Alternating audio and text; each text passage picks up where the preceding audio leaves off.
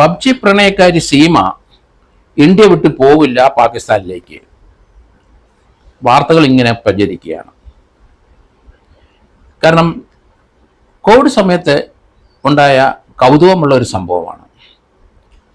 നമുക്കറിയാം, കോവിഡ് സമയത്ത് എല്ലാവരും വീട്ടിലിരിക്കുകയാണ്. ആ സമയത്ത് ഉത്തർപ്രദേശ് നോയിഡക്കാരനായ സച്ചിന് മൊബൈൽ ഫോണിൽ പബ്ജി കളിക്കും. അത് കുട്ടികളൊക്കെ സാധാരണ കളിച്ചുകൊണ്ടിരിക്കുന്നതാണ്. അങ്ങനെ കളിച്ച് അയാൾ അതിൻ്റെ മേഖല വലുതായി. പാകിസ്ഥാൻകാരിയായ സീമ ഹൈദറും പബ്ജി കളിക്കുന്നവളാണ്. അവളും ഈ സച്ചിനുമായിട്ട് അടുപ്പമായി. അവർ കൂടെ വിളിക്കും, സംസാരിക്കും. പരിചയം പബ്ജി കളിയിലാണ്. പ്രണയത്തിലായി രണ്ടുപേരും. കാണാൻ മിടുക്കിയാണ് സീമ ഹൈദർ എന്ന പാകിസ്ഥാൻകാരി. ഏതായാലും ആ പ്രണയത്തിൻ്റെ അവസാനം അവൾ പാകിസ്ഥാനിൽ നിന്ന് 2021 സീമ ഹൈദർ UP-യിലെത്തി. തൻ്റെ കാമുകനായ സച്ചിൻ്റെ അടുത്ത് വന്നു. നോയിഡയിൽ ഒരു വീട് വാടകയ്ക്കെടുത്തു. അവിടെ സീമ ഹൈദർ താമസിച്ചു. പക്ഷെ വന്നപ്പം ഭർത്താവിനെ ഉപേക്ഷിച്ചാണ് വന്നത്. 3 കുട്ടികളും ഉണ്ട്. ആ കുട്ടികളും സീമ ഹൈദറും വാടകയ്ക്കൊരു വീടെടുത്ത് താമസിച്ച് അവിടെ സച്ചിൻ്റെ ഒപ്പം കൂടി. സച്ചിന് അതിന് സീമയെ സ്വീകരിക്കുന്നതിന് തടസ്സമൊന്നുമില്ല. താൻ ഇഷ്ടപ്പെട്ട സ്ത്രീയാണ്, പ്രണയയാണ്, പാകിസ്ഥാൻകാരിയാണ്. എന്നിരുന്നാലും തനിക്ക് അവളോട് ഇഷ്ടമാണ്, താല്പര്യമാണ്, വിവാഹം കഴിച്ചാൽ കൊള്ളാവുന്നുണ്ട്. അതിൽ പാകിസ്ഥാനിൽ പട്ടിണി കിടന്നിട്ടായിരിക്കാം ഭർത്താവുമായിട്ട് തെറ്റി ആ സമയത്താണ് ഇങ്ങനെ പബ്ജി കളിച്ചുകൊണ്ടിരുന്നത്. അങ്ങനെ ഇന്ത്യക്കാരനായ UP-കാരനായ സച്ചിനുമായിട്ട് പ്രണയത്തിലാവും.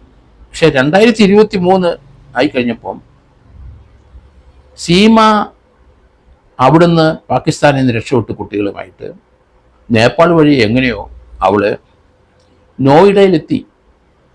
അതാണ് ആ പെൺകുട്ടിയുടെ ധൈര്യം. 3 കുട്ടികളായി ഭർത്താവിനെ ഉപേക്ഷിച്ചിട്ട് നോയിഡയിലെത്തി സച്ചിൻ്റെ ഒപ്പം ചേർന്നു. സച്ചിൻ അവരെ സ്വീകരിച്ചു. അവർ മുസ്ലിം മതം മാറി. അവർ ഹിന്ദുവായി. ഹിന്ദുവായ ശേഷം രണ്ടുപേരും വിവാഹം കഴിച്ചു. 3 കുട്ടികളെ അയാൾ സ്വീകരിച്ചു. ഇപ്പോൾ ഒരു കുട്ടി അവർക്കുണ്ട്, ഒരു പെൺകുട്ടി. ആ കുട്ടി ഇന്ത്യയിൽ ജനിച്ചതാണ്, ഇന്ത്യക്കാരൻ്റെ കുട്ടിയാണ്. അത് തൻ്റെ മകളാണ്.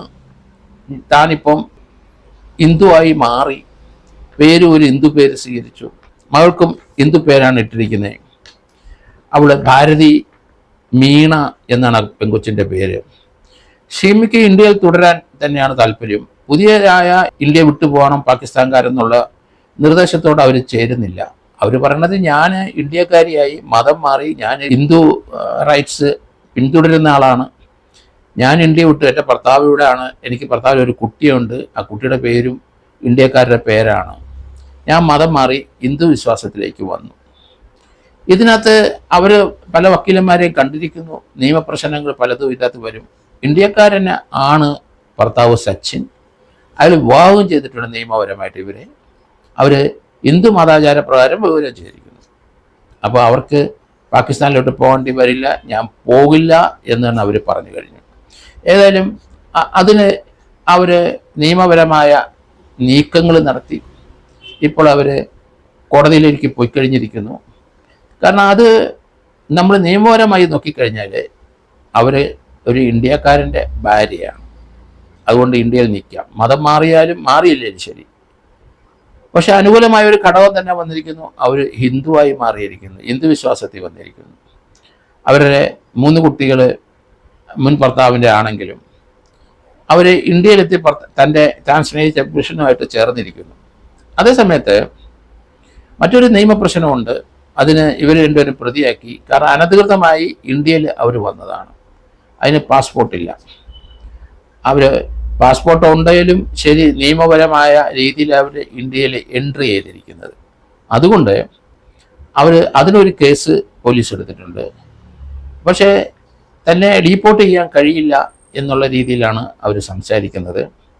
ഇത് ചില നിയമപ്രശ്നങ്ങൾ ഇതിനകത്തുണ്ട്. അവർക്ക് ഇന്ത്യ വിട്ടു പോകേണ്ടി വരില്ല എന്ന് തന്നെയാണ് ഞാൻ കരുതുന്നത്.